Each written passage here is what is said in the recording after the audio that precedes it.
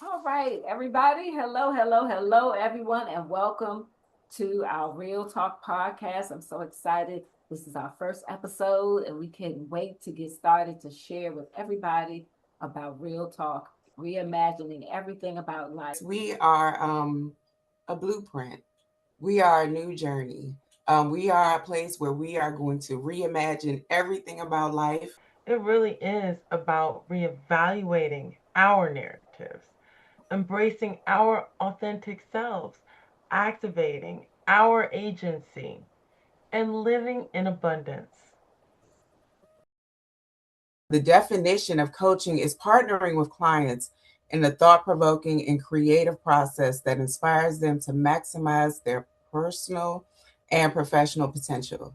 As coaches, we don't have all the answers. We help individuals find their own answers. That's what we came to talk about today, about fear, that terrible, terrible four-letter word that people don't like to hear, don't like to acknowledge. With everything going on in the world, um, this is why this matters now, right? Because we've already discussed fear, we've discussed what it means to be authentic, especially in the workplace. And that includes imposter syndrome, code switching, boundaries, and everything else that's going on in our lives right now.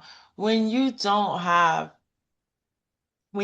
people at your table that'll help you, when you don't have that board of directors, fear is what becomes your voice, that voice in your ear all the time.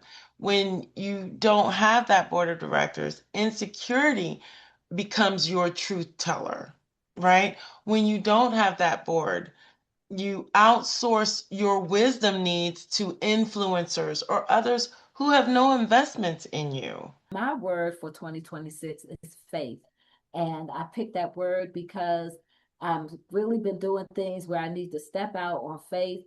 And sometimes, like Coach Terry, I'll have those doubts, even though I give it to God and say, okay, I want to do this, but I have some doubts, some insecurities about it. This year I said, I'm going to have faith to do it. And however it turns up, then it turns up, because even if it turns out the way I expect it to, I'm going to get something out of it, a lesson learned, and how I can move forward. But if it turns out, different than what I expect, then I still have a lesson learned and a way to move forward from that, because God has given me the things that I need, and I'm having faith in those things.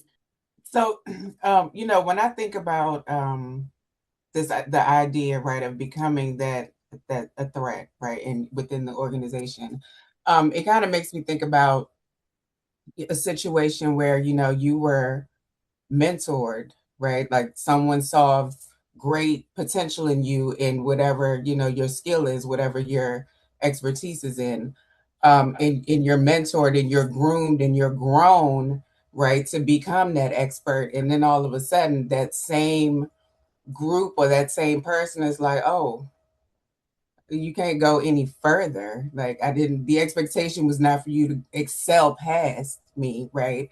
And then, right, the room starts to shift. Things start to change. That same entity that you felt like was once backing you, is now, now they're kind of, on the other side of the room, questioning maybe, or having those microaggressions, towards you. I had to say, you know what, no matter what happens with me, I'm going to be all right. Because, and a lot of that is because my faith is strong. So my presence, yes, I'm still going to be here and I'm still going to be unique and lovely no matter where I show up, but you're not going to get the full unique and lovely experience. In the age of everything being a subscription, you get the free version. Everybody else gets the version that they're going to pay for. You don't get everything for free. No, you get to be in my presence. And you can say, I've seen Jesslyn, and she might have laughed or gave me a smile. She was respectful. Cool. You get the basic plan. The other levels, the other tiers are for people that I can be my textured soul with. And even those tiers, there's different levels that, the people that you work with. And sometimes the people that you work with are also your friends, and sometimes they become family and things like that. There's different levels, but at every level, I'm still there. I occupy every level. It's just how expansive do you want to experience these things? And if you want to experience me fully, then it needs to be a environment where I can show up fully. Some of the imposter syndrome, when we allow it to take hold, uh, has voices outside of our own. And so imposter syndrome in many ways can tie into inauthenticity.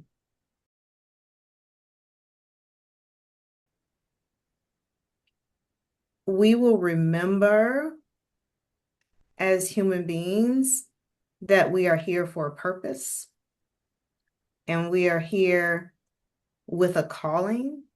And if we can, at the intersection of that, our purpose and our calling, build community around that, this world, this entire world will advance.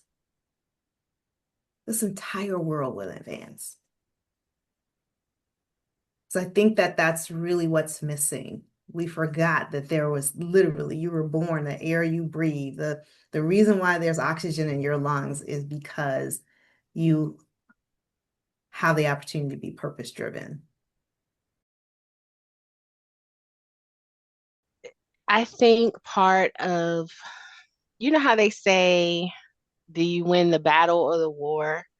I think being consistently in defense mode from one day to the next, just trying to get through, the various different challenges and obstacles of life, having that opportunity on a routine basis to kind of, because there are actually studies about the benefits of grounding.